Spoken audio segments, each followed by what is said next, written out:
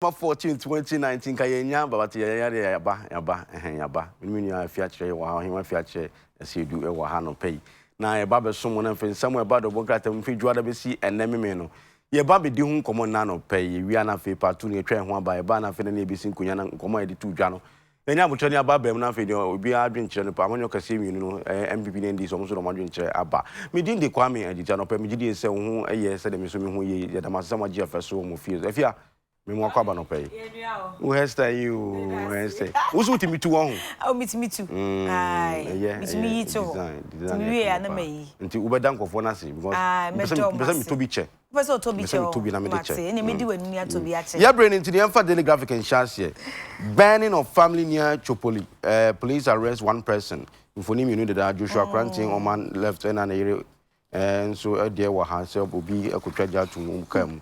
Teacher unions commend president for suspending HR info system. Parents, students besiege solution center over NCHS placement. And replacement, no, director by Hanti di hun come okay. And then for problems with replacement. But kakre when you say, ni na take a say ni no. Okay. Say a kwana ideally a quiet so you say na this one you have to do. Okay. We be say me they say I'm here no. And then unfortunately the people who blindly follow the Obi can. Because and then Obi say why see follow lay down guidelines no. Okay, Obi a humbeto. Yeah, be boko ntiguswa Obi say o man first school. Bank of Ghana sacks employee. He took bribe instead of safeguard banks' interest. Because politicians can say corruption. Was this ordinary person that says he found Zasia? He's stealing. And politician, they're corruption. Oh, really? Yamfa Bank of Ghana, they're going to Kasem. Suleiman Mustafa and true story. Now, kind of story on same. A senior employee of the Bank of Ghana, Mr. Gilbert Adi, has been sacked for gross misconduct and corrupt practices.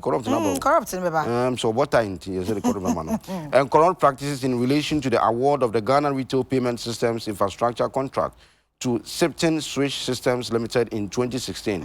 He is said to have received 410,000 Ghana cedis from Septon Switch Systems Limited and its parent company, Septon Communications Limited, through its company, GIB Just Systems Limited. System. This was after thorough investigations by the Bank of Ghana's International Legal Council after Septon had dragged the central bank to London Court of International Arbitration over breach of contract. The International Council, Hogan Lovells, in the course of preparing the Bank of Ghana's defense, uncovered the corrupt payments and bribes in respect of the contract, which was terminated in 2018. Mr. Adi is said to have deleted email records and concealed from central bank payments received from Septon were also not found in the course of investigation. Daily graphic the obokrata enu na ekita mi amede esha say na the obokrata na anymore and ode to just say Bank of Ghana wo mujumani baako wo mapam no na jumani ayapam ni o senior employee e wo Bank of Ghana ni di Eddie Gilbert Adi na wo che say contract bi a Bank of Ghana na wo mo de ema adwumako bi e friend Septons no e yade a wo no na di mu akotene pa na odi sika 410,000 Ghana cedis efi adwumako e de Septon Switch Systems Limited any womo adwumako ba time Septon Communications Limited enchain na de oye ene say of our no any company bi o ni di edi GIB Just Systems Limited so and our G sika 410,000 Ghana cedis no na anka waji kwa na contract no wo ye nwa adwuma fefefe said the senefata anka ha adwen na mu wo G sika ni nso contract no enwa adwuma no ye ne troka wante ne ho anhye da anye enti Septon adwumako no omko pai ombufuye and omu page Bank of Ghana who had in copy mum ewo International Legal Council for enchain ewo London Court of International Arbitration say ye ni asem no ma wo say wo contract bia Bank of Ghana de show wo nsa no wo ni o ma ni ye wo tue sika ente say enso ko wi ase ko say wo contract ni etwam e ho nsem hwanyan enti court no emrem na enum no na otemuafo a wo ginam atwetwe di asem no ama Bank of Ghana ye nsem no hwehwemu do mosuko no e no be hu say say market as she can for any chop be akosom na yenkom a na chese GIB Just Systems Limited Jumekua a Bank of Ghana Jumeni a friend of Gilbert Adidiano and a sika 410,000 Ghana cedis yetuaye e de ebegu adwuma edimo ekowia se a contract na wanyam adwuma contract na watwam afi 2018 e ho kratasem nyina wabomodin apepa email bedia dance se waji sika baby a contract ni de bibia wapepa ni nyina e no mkom no say opanyi adi wanyi ni ye kwa ensisa na tie dia wo mo ayi na di e de afi adwuma konum se de oye no adamudie bribe e no waji etia Bank of Ghana wo mo emra enti asotwe sefata nso empanyifo behwe na wode amano if you are young Zimbabwe crans and Saba Ghana okay and then ulma yamana be crab in fact asat and run on pani tifiano now munyan settle baby for Monday mem say Chinese Saba page 5 of Daily Graphic on Zimbabwe settles round to give Mugabe a hero's burial. Zimbabwe's former president Robert Mugabe will be buried in the National Heroes Acre monument in Harare, Zimbabwe. His family says following a row with the government over his final resting site. A family spokesman and nephew, Leo Mugabe, said the date was yet to be determined. Before that, there will be a public ceremony at the shrine in the capital tomorrow, Sunday, followed by a ceremony at Mugabe's home village. Mr. Mugabe, who was 95, died last week while being treated in Singapore. His body is now lying in state at the Rufaro Football Stadium in the capital. Before Sunday's ceremonies, a state funeral will be held today. Heads of states of a number of countries are expected. Leo Mugabe told newsmen that after Sunday's public ceremony in Harare, Robert Mugabe's body will return to his home village of Katuma.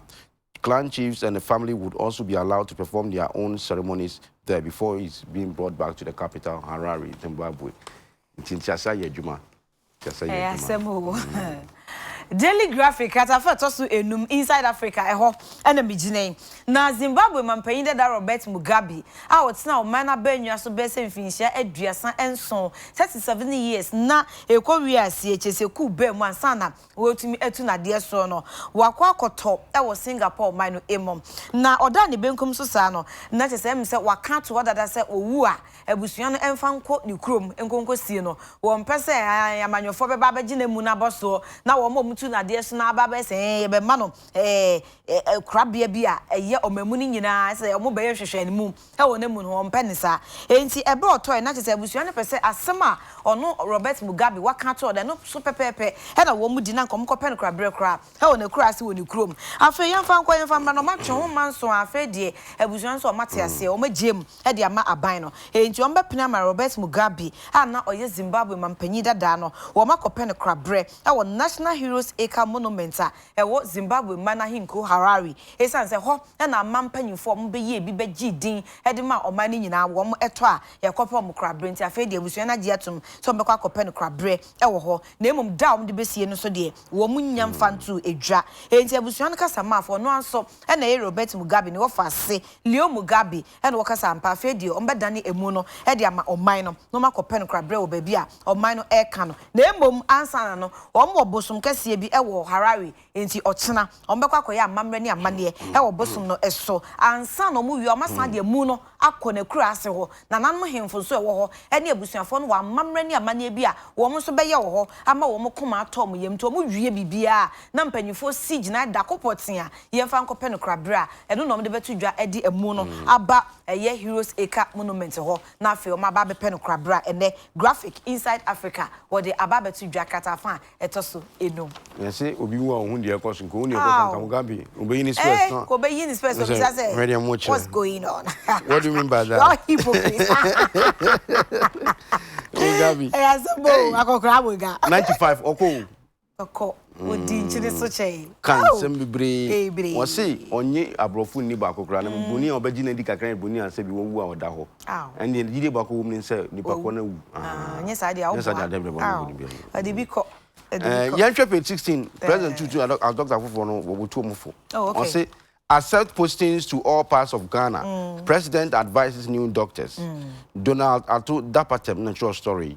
Also, President Nana Addo Dankwa-Akufo-Addo has advised newly qualified medical doctors to accept postings to all parts of the country to help deliver quality health care to the people, especially those in the rural communities. He said by doing that, they would be emulating the examples of some illustrious Ghanaian doctors, such as Dr. Emmanuel Evans Amfom, who is the president has said, accepted postings to any part of the country without protestations. He said the centenarian considered every part of the country as not too deprived or too far, and worked in almost all regions in Ghana where his services were most needed, even at a time the country was not as developed as today. President Akufo-Addo gave the advice during the induction of 378 medical doctors and dentists in Accra yesterday.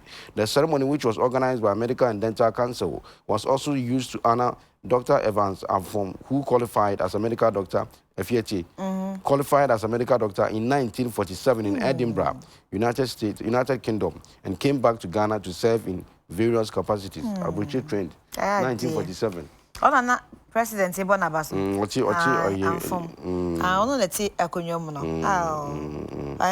So practice education. What practice ya che? We mu dey na friend calling. We mu dey na friend calling. A friend na yango for man. Obia na calling. A friend. One say system no say encourage results ya ben. Who blow 81 says we dey have been over medical doctor. There be. E because so na nyene phone. What been there? Na what be to go business ni ade. Utumi business man ye. Sure. So wonyini gracefully nyame ehira no. Enti president afutu ne chirem. So munyi posting. Graphic rata fe to so dunsia enam ginai. Omampanyin na nado danko Akufo-Addo. Ana enura dwumadie kase bia empanyufo akukuda ma wo mo eye Ghana Medical and Dental Council for wo mo ediye no. Wo to nsa frɛ na wo de nanim nyam ekota dwumadie no achie. Na omampanyin ko na ode to omanim sɛ wo mo ye doctors afoforo kra fe no maba aba fresh omunka nsuo wo mo dodo 378 no say otu omfo kakra adwuma no eden na omafa to omso so mbeye doctors idie na chese nipa ho adwuma e no mobeye na Ghana ye wo nkura bebre ene ye omantwea bebre ye wo ntokro ne entwolom bebre enya Ghana ne nkran ni Kumasi debi ena enye capital ahoro chese ahinkro no nko a ene ye wo debi se wabagye atum se ye doctor de a ene ye to fabode betu me chalk ujitum na ukọ yetu from mantemo obagye atum na wakọ ekura bia ase kona bia mu be bia hia bia no wo ye doctor nko ade ye frew na ehọ no ye hia services e wo ho nko ade a jitum se obekọ na obekọ nso akọ ye adwuma no ama omanfo koma atom yem na nipa nso nam won sa so nso ombenya yaresa no omatumi anya na omampanyin se so omye nsa beboa pa enye se ye postings ye de mato ekura bia se me and my medical doctor de me nkwa me wose debi ekoba nsa momoa yen enti ba bia do betu bia eye kurase o enye kurase o kanea wo ho kanea ni ho ko esanse enipa ewo ho eka Ghana ehun no mampanyi ka no se obo Dr. Emmanuel Evans Amfom obo na baso papa na doctor wo gini training 1947 ewo Edinburgh United Kingdom e no ba Ghana so obesom na oyebroni no abawo enso ba bia de ne be fa biara wonka se ha ye kurase na ha de kane ani ho na ha de metansa menye comfortable wose ba bia de ne beko bia okọ enti sa hweso de fefefe na wo ye no ene wo hweso de tu doctors ni nyina afo se ba bia ne ha ba bia betu bia wo serew kọ ne kọ ye adwuma fama Ghana fo enjo mampanyi kwa nam sa kwan no so abo Dr. Amfom na baso pa se ne dwumadie pa odima o my Ghana no aye efe ni ani aso eno na graphic e de aba e okatafa etoso edu ensia ono de training on Edinburgh UK abrachimem UK ntino pekukitu no one practice baby obi nchiremu no na obi se training no prokasim ntonzo pe nto pekukasim practice baby edo beko bia wo so woko baby kwam yejume ye see your branches ti doctor so hia wo hello fm ona abeche say me de kan ma kan me beji because meko patasia kodi fifufu unya kra baby edo beko bia wo so woko ni na gina passion na woman dia wo ye no so so when you dream it doesn't matter be etiko sa be bia do be ko bia wo sa wo ko be bia wo sa wo ko Yanko page 13 on say burning of family near Chopoli. Police arrest one person. The police in Ngo Pram have arrested one Ali Kofi Sowonu in connection with a tragic incident in which a family of 3 have been burnt beyond recognition at Judupo, a village near Chopoli in the Ngo Pram district last Thursday night. Joshua Krantin Oman, 46, and his wife and their son, who is less than 5 years old, were allegedly shot by some unknown assailants who also burnt them beyond recognition together with the vehicle, a pickup truck in which they were traveling, Oh. Jesus. Oman, a farmer, his wife and their son were said to be on their way to fetch water for domestic chores when they were allegedly shot by the unknown persons. Any petty more ding, Kwame. Now, suspect to be also, the suspect, a nephew of the deceased, was picked up by interrogation after it was alleged that he had issued threats to his uncle, who was a farmer, threatening that he would make him stop farming in the village. Daily Graphic gathered that as a result of the threat, the mother of the deceased farmer lodged a complaint with the police 2 Sundays ago. Following the death last Thursday evening, some accusing fingers have been pointing at the suspect amid threats of reprisal attack on him. The police said as a precautionary measure, the suspect was picked up for interrogation, but he has since denied his involvement in the death of the farmer and his family. Graphic de obokrata krata fen to so edumiensa enamigine na ningo prampram aprosi forward say wachi owura bi ni din e de Ali Kofi Sowunu na de enti on wachi ni nyina ene se wo susu se abusua bi a ye bom tuo ekum wo mo na ekowi ase ya hye wo mu kra ha ye hu wo mo emu no ni se de wo mo etie no onim hu ebi enti wo mo ache no na abusua na wo mo ye enipa miensa arosem ni si obia bi efe no Juchukpo ben ekura bi a o se ye ekura ben chopoli e woni ngo prom mensin emu nano ya wada na najo e na rehosem a esise esiye abusua wo mo ewuo yapo bomutu ekum wo mo na yesen twa ejato omumu ahye no eye Owura Joshua Krantin Oman wodi mfinhia aduanan ensia na yewe e na ne ba bema onya ni mfie no mukra nipa miensa na omote omo pick up mo ha omo so omo kosensuo kra e de aba be ye aduane e ofie e kwan so no e na nipa bonifo bi abomutuo ekun omo ya okum nipa miensa nyina okun omo wie pick up omo tim no osan twa ejato kan mo e na o hye ne dwerebe na we na aposifo mo ni ngo prampam aduaduamu a e na omo se abrante Ali Kofi Sowunu ye beche wo de enti ye beche ne se abrante Joshua Krantin Oman a chese oni na busuafo ye kum omo ya no ne wo fa ase ene sa so wu no nansa na asem ne besie no yesi no wadi kan abone ntene wo mekun me ofei mekun pa me mo jai efoye e wo mpotamwa me ma nya efoye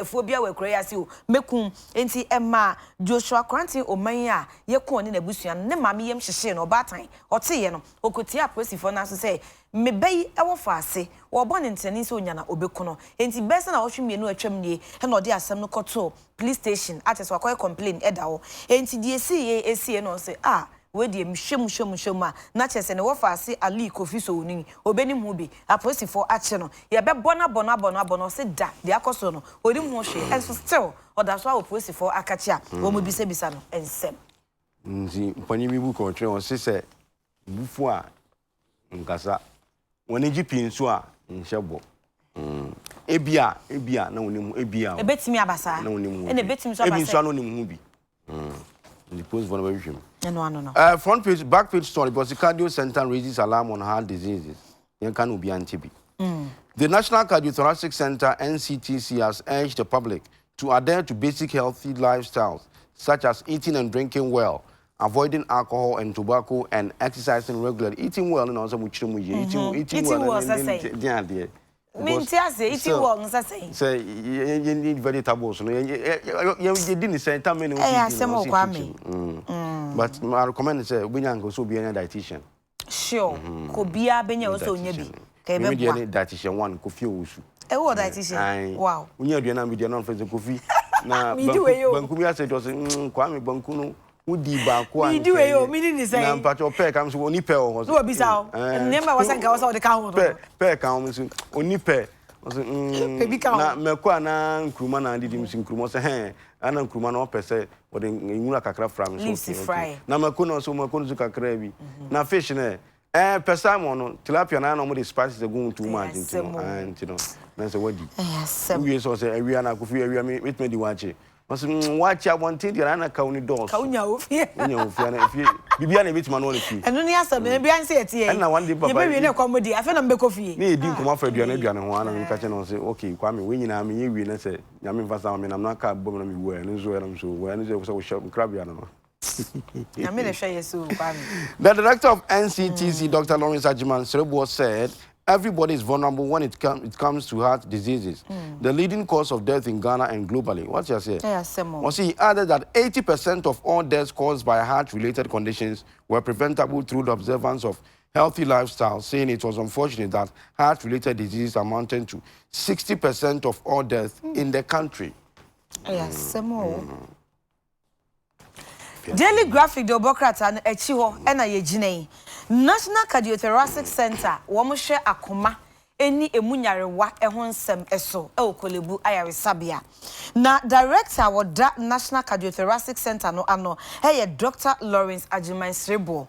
And wo kan say, akuma yare any ehonsem no, neka kana kakra. Enti odi afutu obema Ghana fo nyina say, yedidie mu no yenidi yie na yenum nsuo yie ensa a ebro yentwe ye ho emfiri ho tobacco anasa taa a yebetwe ni mi no eno nso yenyai yewie a yenye exercise ebra no bre bia eno ne afutu a wode ma enti ano ne enso yebisa se yenidi yie nsesen ntinka o kire yin se de ebedi na vegetables no so ensuo no so bebre ye nam wiem etesen Unya fufu na nkwan gusuna na ngusuna ota gukum fu dia na huhu a tanu ne adidi yie no ana asan nti eno na oka se ye ni di yie nti ye yesa ne mana ebeboa ama akomamu nyarewa horo a etai ekum nipa no yatumi asoso ano kakra na wo ka na o che se ewu a enipa ewuo no emu ohanche mu adwotwe 80% ayi akomamu nyarewa ene kofa ewuo ne ba oh ye ne tia nansan ya anopa yikra mi hu no awia wo se otwa hwe wo ko ye se na koma sesen nti osesa ne ma no ena ekofa ba koma mu nyarewa no ekum ni papa enti wo fa ewu anipa wu a emu ohanche modwe wotwe 80% akoma emu nyarewa ni na so duane aye di ya ne kofa ba sa no mo kan nti and so no just say no so be cho yam ko se didi e be didi but ye wo se ye didi yi aha wo se ye ni di nti anu na graphic e de ababeto e ha yamfa graphic last story in source graphic P13 was teacher unions comment president for suspending HR info system. 4 teacher unions in the country have commended the decision of President Nana Addo Dankwa Akufo-Addo to suspend the use of the human resource management information system to administer public sector staff payrolls, including that of the Ghana Education Service. The unions are Ghana National Association of Teachers, NAT, National Association of Graduate Teachers, NAGRAT, Teachers and Educational Workers Union, TEU, and Coalition of Concerned Teachers, Ghana, CCTGH. Omunyina so the president has said. Amen. Graphic de Obokrata akata fe to so edumi ensa minim se no na e ma yetiti omu pay no so na nanse na omu kana system no nanse but if you say less you know be yan kana imfi ya Saturday. And one GS director, Professor Needing Komo. Now, all can be say computer placement. We say, when Jesus could be computer, now go to computer in Nipa. Computer not in baby. Do ask what you about Frano. And I'll show Uchi will be a brabono. Yeah. Your better and no first one Abina. It's garbage in garbage. I don't be showing Abina. No, Abina. And there's no nothing like say system need to be sick. Nipa na be initiatives are activity. Aha. Enti e kwa no mo fa so e dey deductions no. And no kofa we nyina buy. Sir. Sir. Enti minche ma say na why you kwad. Na me ka system na say. Say computer no say. Na minim say na no cross na joke na go for the buy o. So penny because school be say ma ba mpa cho me hear computer. I say. O ka so be kwad e bibi so I record bibi. Say you sense you ba na estre. But in reality sa na nko for dream. Sa na nko for dream. Computer me ba na ko to bunkugu yoyo. And so nipa na regulate computer. It's not like computer and you open it's why na e bibi na. It's not working like that. Nti enchem sa on. Okay. Ye wa chechefo ekuhuro bebre e wo maimo na emu nan akasa emu nan na wo makasa no eye Ghana National Association of Teachers NAT and the National Association of Graduate Teachers NAGRAT and some the Teachers and Educational Workers Union TEU and a Coalition of Concerned Teachers Ghana CCTGH ekuhuro enen anom se bibi wa basobodi achi a de bema omampanyi Addo Dankwa Akufo-Addo na de enti omo kan say ne say nanse Ghana Education Service and the Ministry of Education wo mo de enhihye bia ba yɛde ɛyɛ ɔmakatua ho hyehyɛ ɛma wɔn mo ɛno yɛ human resource management information systems ɛno ne yɛde ɛhwɛ ɛyɛ ɔmakatua ho nsɛnsɛm nyinaa ma ɔmo ɛna akyerɛkyerɛfo ebufu yi sɛ saa system ne yɛde aba sɛ ɛmfɛntwi ɔmo ka no system ko na mu no sɛ ɔmo tenakyɛ na ɛnregulate ne yio sɛ deɛ na ɛkɔ so ɛno ko na mu no ɛbɛba no ɔmakatua no yɛatete so a woman tiase ye tete so akatua na omu se so dada na ebesan beba ya tete bia fi so na che so om komantom yem enti om kan ya se be ya system no emfiri ho na ekwan dada na efa so tu om kan na no anya adwuma enti om kan se wo ma de sede na edu omampanyi asum enti omampanyi aye ne se ne manim ye die sa human resource management information system ana ye nam so di tu om kan no ya twea sensan suspended enti ya suspended na chese ye mfentu om ka bio e na sa teacher workers union ahoro enen so omani asogina ya omampanyi asie no enti om bo na ba so se omusu edu na tum graphic no bokrata ya we graphics ano ene ebe ko daily guide na me unse fia so afansu na wo ma fansu a me be no mo me so me hia nsu ma pro me mu sa we nden kakra seku daily guide front page story say Bank of Ghana sacks manager and edi hun command that 410,000 Ghana cedi bribe in waje policeman killed by truck in Kintampo on page 2 Nana one ambulance one constituency arrives you know emudi yin aba ambulance na aba na constituency na aba okay but your constituency order denti bisi consequence na order denti ambulance na aba one ambulance one constituency okay ambulance no emra ene de hia ne nkonkrase no so mai aba ana EC West new look na EC boss Madam Jemen Sanifoni da looking very beautiful so mama dey who fe papa na ye EC foni na de oboa o de wa bakọ ne de wa banyina o mo fe they are very beautiful who fe pa nyankopon sa no fe afrejana no nyo fe pa chomi emma na sem na meka se wan chimu sa afa na machi me se mma no me oba team oba sem na meka o mo fe o fe pa okay unse enu aye story bi e wa ha okay Central Region Police for koyin soup bi wo okay amon sa koyi bi e wo ye Western Region if I took Central and Western we 345 criminals suspected criminals from chiwo mo ebi so akoso wo sunwane okay enu page 13 of daily guide as akwa na confirm this so okay on 64 suspected criminals rounded up in Sunyani. The police in the Bono region, in conjunction with the military on Thursday at dawn, rounded up 64 suspected criminals from their various hideouts at Wednesday market. Operational Thursday. Then we also Wednesday market. Oh, okay, Wednesday market. Market area in the Sunya municipality. The regional crime officer, Chief Superintendent Nana Kokudia, who spoke to journalists, said the exercise was intended to flash out criminals from the region. This is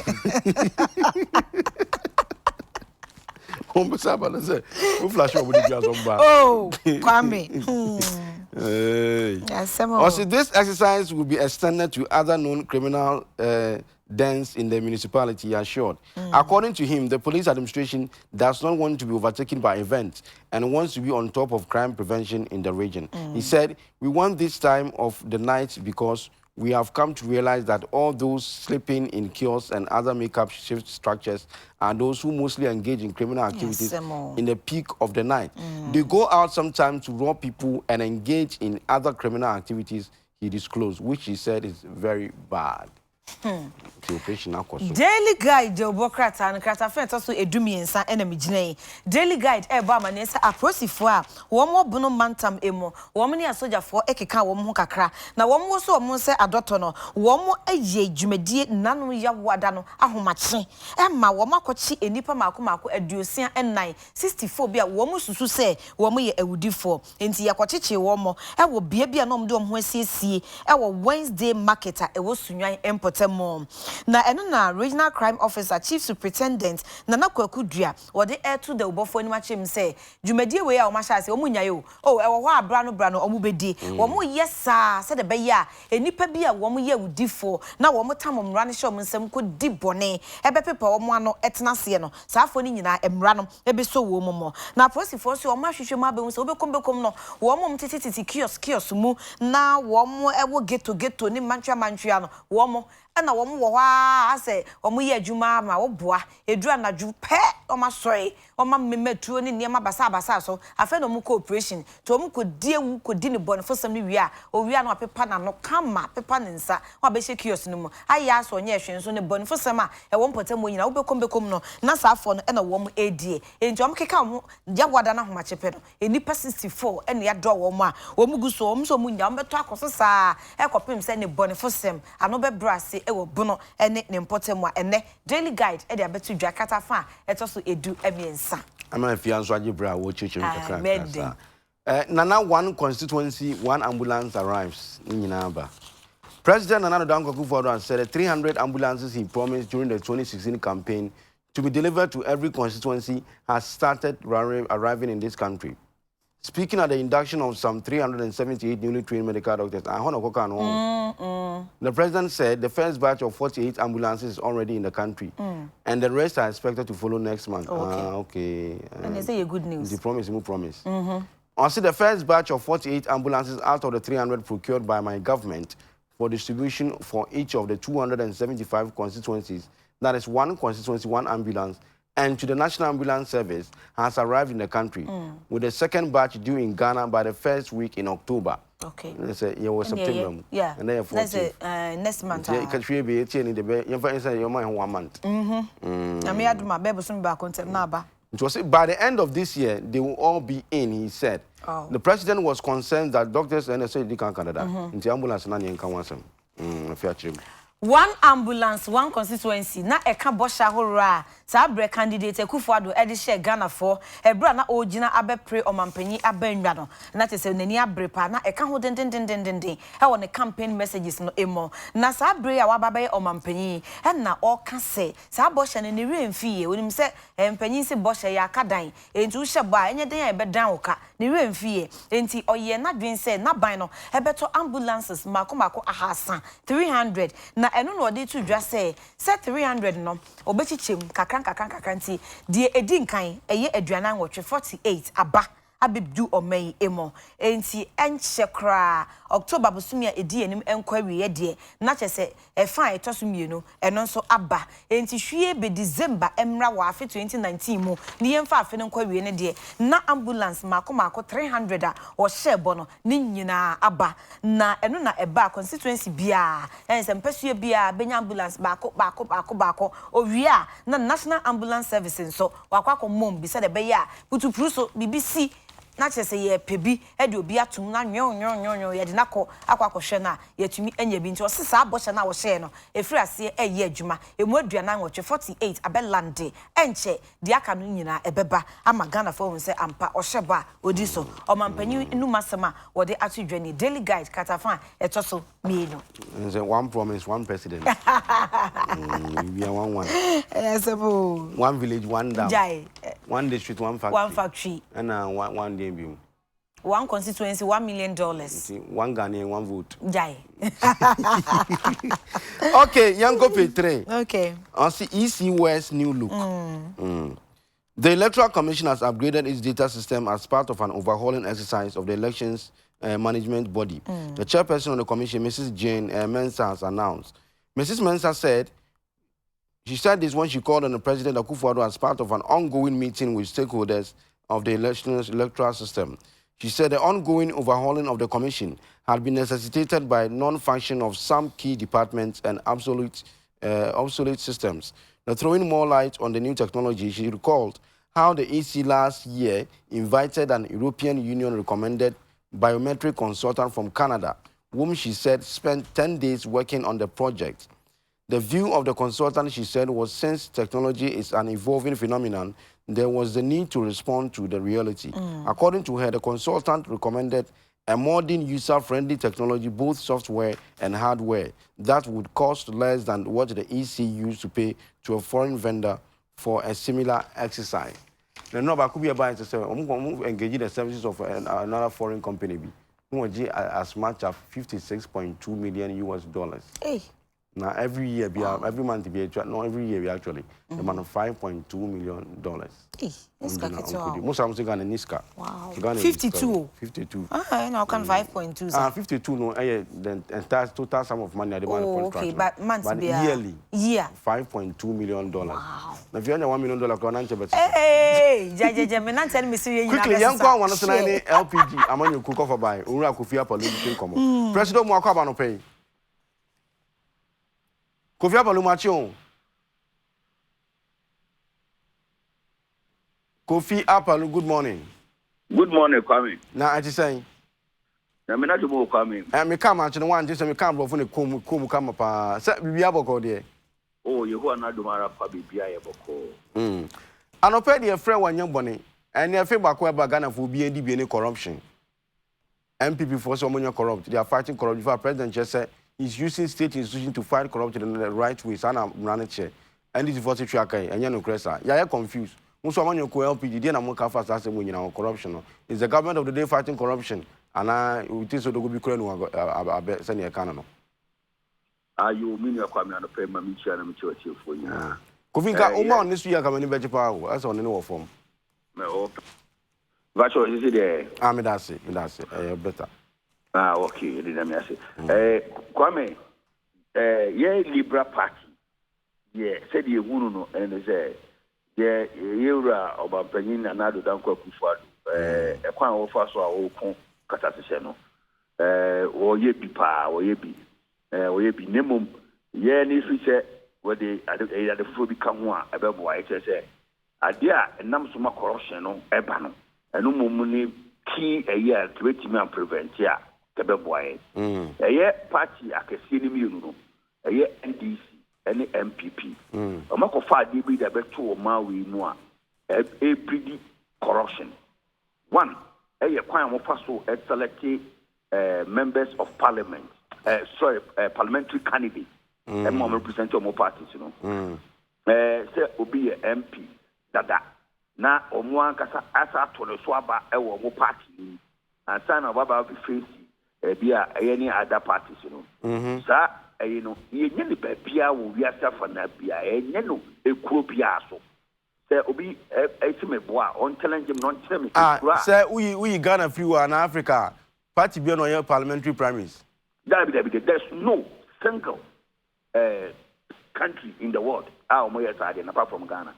Then you made a juice on candidates and aspirants, no? Most of them know about appointment. So the channel. I don't know. UK for a conservative party and Kwana introduce primaries, no. But primaries, you know, is done at a place only certain MP. Maybe a whole vacant, you know. So the channel. Same say you come on say NDC for more K2 South. A woman has on by a primaries of K2 South. Name be a band of how many MP, no. Nabi or Mako to about on map will be doing. So that and I say, Obi a free move where we are baby call and now resign from parliament. No more penny but for I'm a mark represent to Oma and a bill or more a year primary. And the Kwananu Yano we introduce. So them channel. Then say MP or what that now got to the Swaba. 18 will be to parliament. That was Bruce, maybe 35 years, 40 years, no that's so our parliament, you know. Because parliament, you know, set down the 90% you or married our parliament, our home say, and near my first year, a parliamentary, you know, so that channel. You need experienced people. Obey say Osman Babin, Adekye or retire. Obey say or say James Abuzu. Adekye or Kotono Swaba, or Kotono Swaba, no another MPP, Niamanako. It's a typical of Ghanaian, yes, one match. Oh, my you're free from Mugabe near day. No, Kwame, we need Honorable Napo, we need him in parliament. Muntaka, we need him in parliament. Osei Mensabos, we need him in parliament. Aduchum, we need all these MPs, we need them in parliament. So them channel. Kofi, what a quick one. Who bought him so young of football parliament? Criteria Ben and the boss outside. I mean, based on what?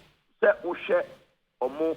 Modern ball, more ball, and they are and they are some of mine. Modern boss, say, general, we are contribution in parliament. so the mention. I say, I don't know. Yeah, ma we munu ya confusion ya ma be. I say, Juma, I said MC and I said DC, you know. And no, yeah, I could say MP net or no, it is not the duty of the MP. To be also MP no man more than in Persuaso. In Persuaso, a dead man is away on my own. I did my old day to talk more parliament. Now, Bama, Yamrana, Ma Kofi, where they send common India no pay you. One side to be highly unfair on the part of whoever is using that point of assessment and say, who should be more the board parliament, the cost of parliament, or parliament on say, be no pen and be ground, no more the budget to buy. You represent some people who constituency. And if they are not getting the feedback from you there in terms of performance, Kwame, and I'm just say we've confused the whole thing. Say, who persuades one of there's a Shema development, the cost of MC. There's a share to my cost with DC, and as an assemblyman, our more important one. Omo, and there's some Emma and Puntu, and other the cost of our persuasion. And a woman say, it's medicated, and my so be our responsibility to build the Juma as well. So the mention. And I think Kofi said, you will be some commercial with the one campaign because who could not campaign platforms because there should be something be directly beneficial to the people of the local parliament. Oh, sure, definitely. So, you would do almost some ever call. So what I say, maybe Kwame, would do almost some parliament. Now, you almost more here, DB or parliament, a woman person, be a yake. So the mention now, and a movie say, a bino to found will be an abandoned of home. But I don't know, say, woman, a year, and potamo forno, and never can be our only person, must be our money home models. It's your milk about must be Kotoma, NDC, I don't Kotoma, MPP, I don't Kotoma, LPG, and I say CPP. Kofi, also, one sorry, some of them crack about Anna and Common straight in your way. Monday morning, the end, because some me to about 9 directly, Michelle Rabona, and Yansu so be as well. Parliament go camp of it doesn't benefit me. Oh, sure, me no, a yard we know you are again. But and I make us say, I don't know a persuasive form, and I because to be yes, the MP. So what I mean, and you say every 4 years, piano. Now we are MP or Koya, we 2 years. No, must say a 2 years go persuasive. Say be 2 MP, no, and MP or may and MP. They say, flimsy excuses. If you won't say or more with you, no more to show money, no more confusion. Now for quality here.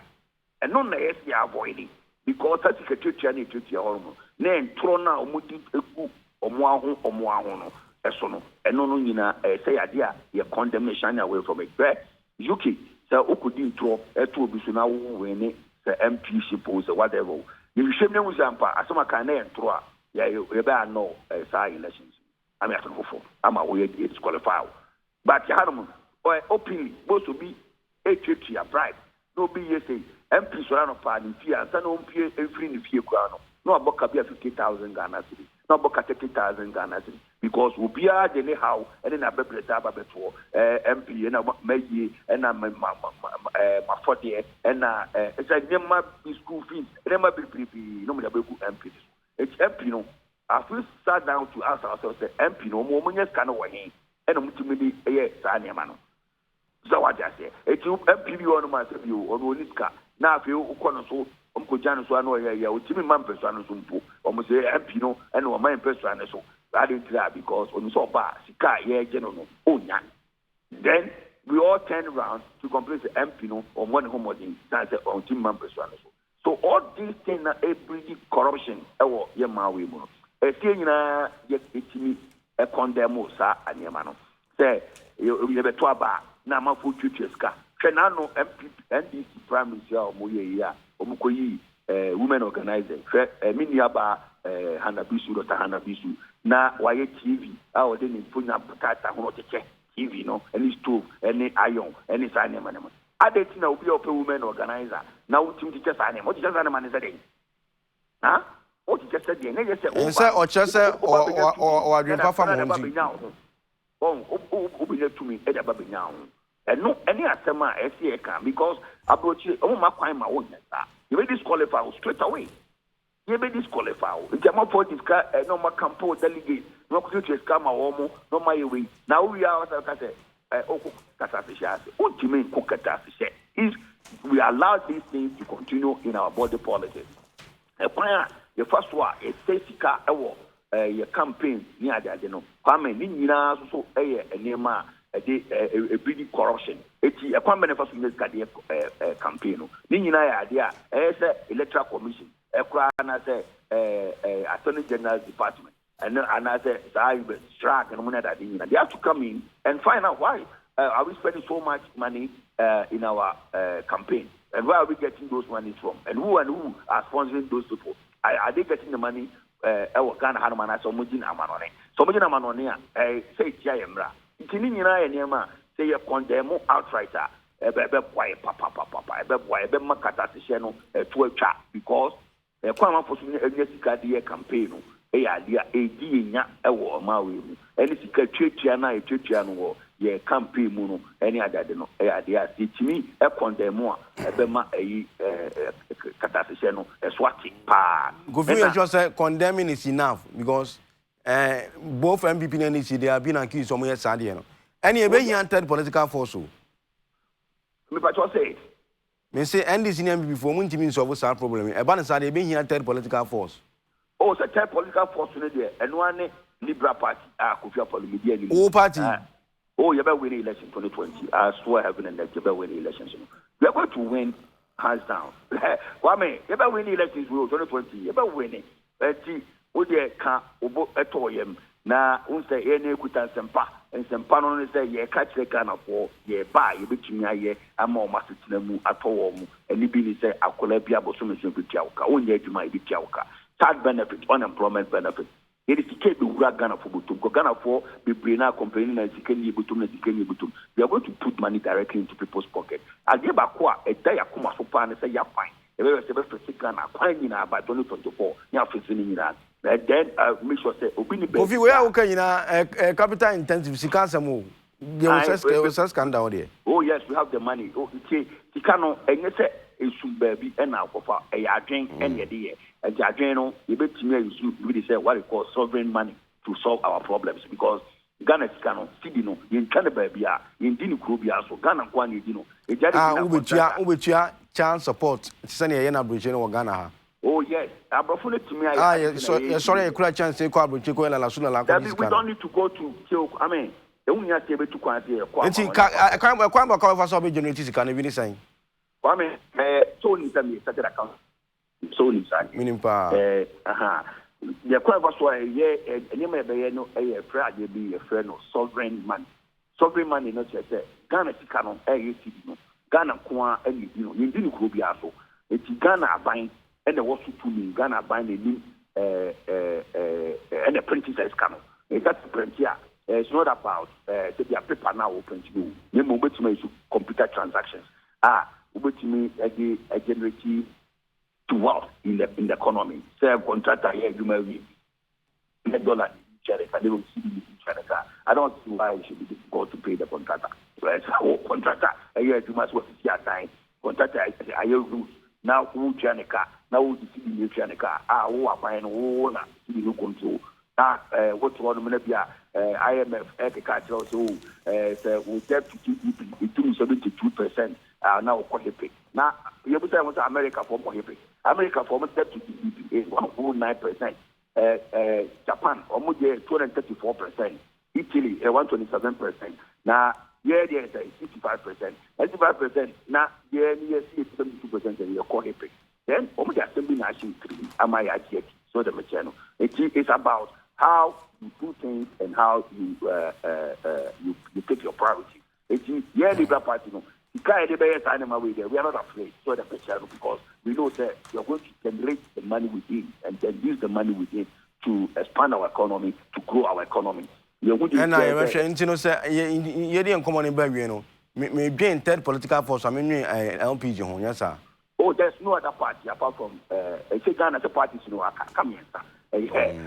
NDC, MPP, and LPG. Liberal Party is the other political parties, crabby. Oh, say omo ankasa enim so omo no omo ya dey serious omo pa aba mo apa so the picture and you omo there she dan kan omo but they are there so the picture tina the man say also come boom so also mo nyina akwakoye CPP4 so I see enti me bo LPG na ya jesu san yan konkwa na aka LPG bi me anje so ena no pay yin ko no mesi ana ya ko ne ato nti Kofi me da se ne obre me da se pa na me sha kwa me na me sha no tie fo nyina me da se Kofi Apalu kofa by political party friend no LPG ene ente ne nka no so ba afia mba na be wono no ebitu anaka free no ni papa ne djuma wa ne se wa ba Ghana nti ebitu anaka but obi nso say talk is cheap na u chrem story no electoral commission for story no na u chrem wie Mayra kakra me ba Mayra kakra ho aha so wa mama nshem na interview ni ba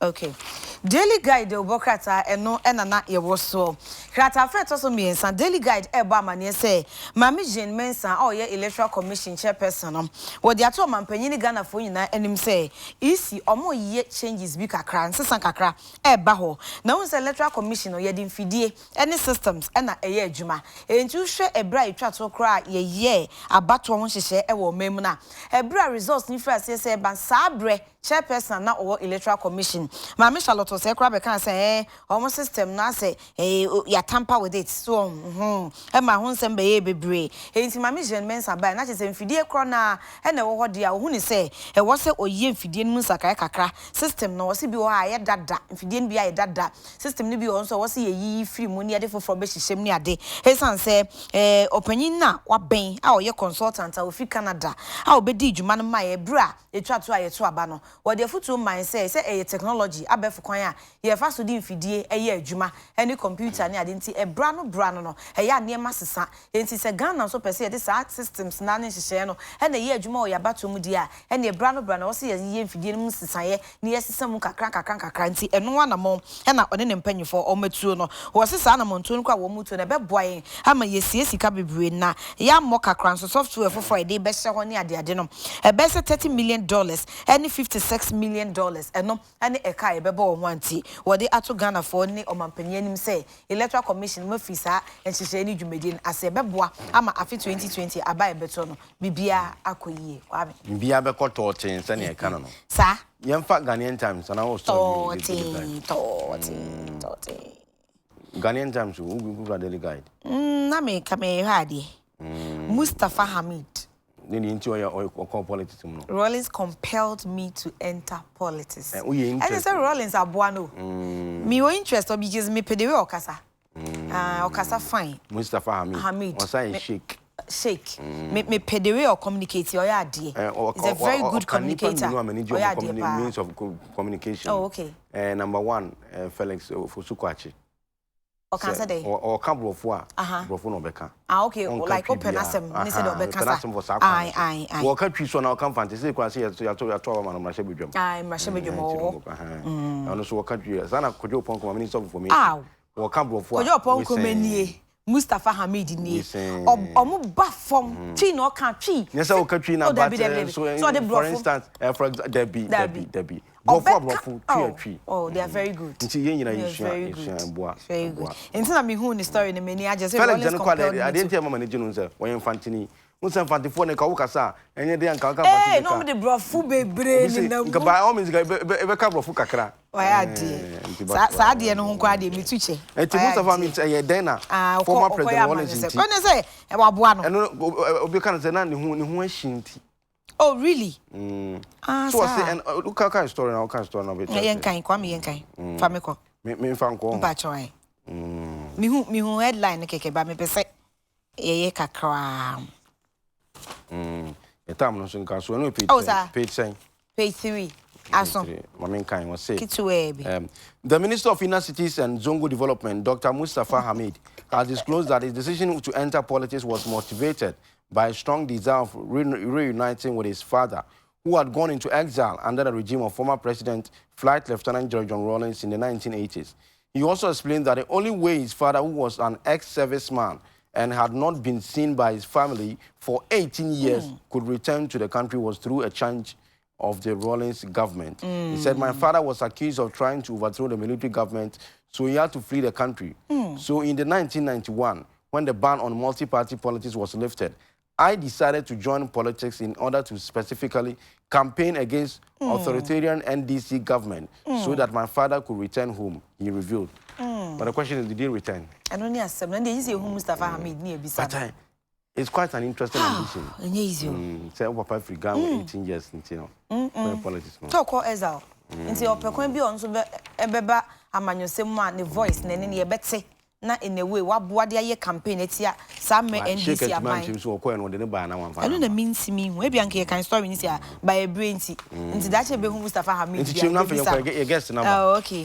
Daily Guide Bokrata story a Meniko boss or Catafet or me and son. Here can one say a minister for inner cities and Zongo development, Dr. Mustafa Hamid, Doc, and na Oka say, or Mampinda da Rollins, ne Sheno, and Mauden Hukura Amanyosem Emo. Na the entire necessary answer ne papa o twa ne ho asu oko Ezal o twa ne ho asu kra efi o maimo a bese mfinhie dunwotwe na abusua ne hwehwe ne papa wo enhu no ono de o but ye hwehwe ne papa ye enhu no enti o hwe se de sa be Mampinda da Rolling soja ban e wo so na chese kan ka bitumi no de ye adwuma ne ade na ye pressure na ye mhwehwe ne o haw e de amon ne abusua no se me be de me hu bewura amanyosem na kwan bia so metimi rewure mu aye campaign e de etia NDC abane sanse sa bre no e kwan no mfa so ye kan kabini ade na ha adwen enti wo se saade no e na e hye no e ma ode no ho bewura amanyosem emu tani aboa no e na Dr. Mustafa Hamid aboa o bi so ba mu you are doing well we need no phone baba ka ji results no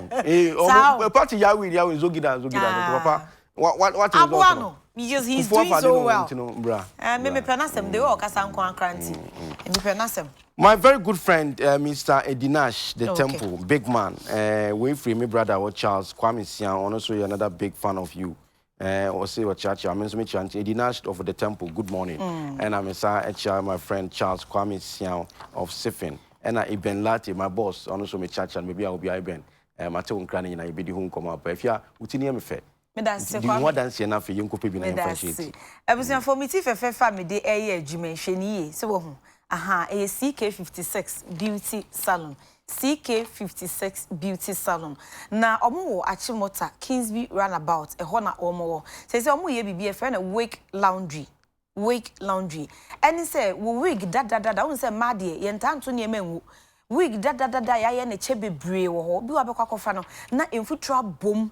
Ebi ani aye basa. Si me wigi. Enso nka me pe o me mpese metu agu fako CK56 Beauty Salon ebe sie wig dada na maye fe wo fa ebe ya o se wakoto nwi fofo e na wo san e de aye eche no enti fako na ye nsiesie fe e mawo enu ye dwumedie ba kwa ye di e wo ho ansa na hairstyle bia open no se woko CK56 Beauty Salon Achimota Kingsby Runabout onsani fa no so ho a wo fi ho a na tese wadu runabout ne so wo kwa ebe siesie fe e de amawo atari fe me de eye adwuma misket ne meto no Glam Squad GH obi beka say den e boutique Glam Squad GH omo udini nyina de midini nyina ye fan o se fi miti so we no nyese bia me koto na me shango beka se bia me ko so fie panic oh dey ko so fie panic ye beto ama ye be chobi come beka sanso ye de be chobi to the mama kan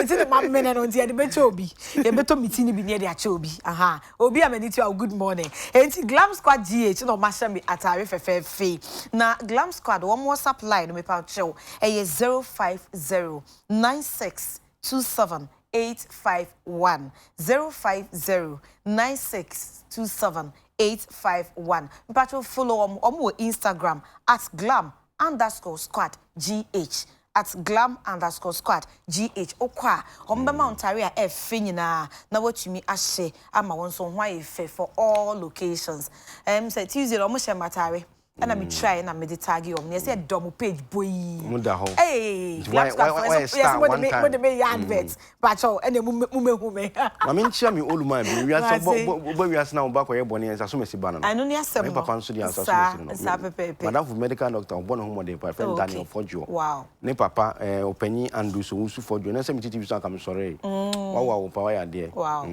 Run do so for you. God bless you. Amen. Daniel. For John, I mean, in Shram, Tiani, BC.